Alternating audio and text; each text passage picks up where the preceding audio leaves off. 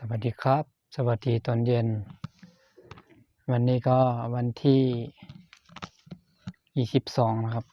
21ถ้าจะเป็น22แล้วมั้งวันนี้นะวันจันทร์นะครับนะวันนี้ก็วันจันทร์เจอกันที่เดิมในช่วงเวลา6 โมงกว่านะครับตอนนี้วันนี้ก็วันจันทร์อีกไม่กี่วันก็จะเชียงเดือนแล้วก็ปีใหม่ไทยก็มาถึงพอดีเลยนะปีนี้ก็31เชียงเดือน31นะฮะก็ยังไงก็ดีครับถ้าเรามีเวลานะฮะนะถ้าเรามีเวลาเราหาไปเที่ยวที่ไหนก็เราก็ถ่ายคลิปวิดีโอลงได้นะมันมีช่วงนี้ก็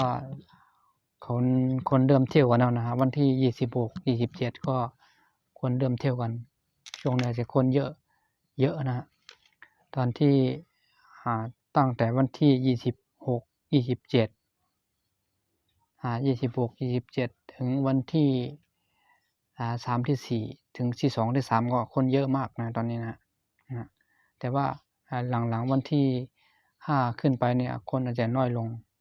นะคนอาจจะน้อยลงทำงานแต่ละที่ก็จะไม่เหมือนกันนะครับนะบางที่ก็อาจจะหยุดวันที่1ทำงานถึงวันที่31กินเลี้ยงกันวันที่31ถึงวันที่1แต่ละที่ไม่เหมือนกันนะครับอันนี้ผมระบุไม่ได้นะคือทำงานแต่ละที่ก็มันอย่างว่านั่นแหละเนาะบางที่ก็หยุดเดียวแล้วก็ทำงานเดียวนะแต่ละที่นี่มันทำงาน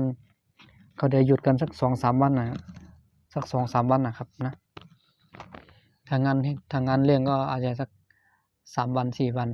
3 วันนะช่วงปีใหม่ไทยนะทางงานไม่เลี่ยงก็ประมาณ4 วัน 5 วัน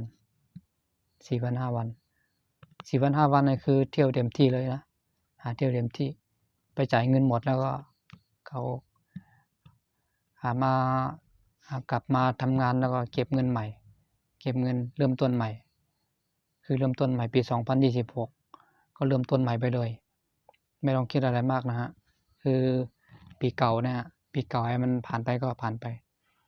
มันเอาขึ้นไม่ได้เลยที่เราผ่านมานะโดยที่คุณก็ไม่ตั้งใ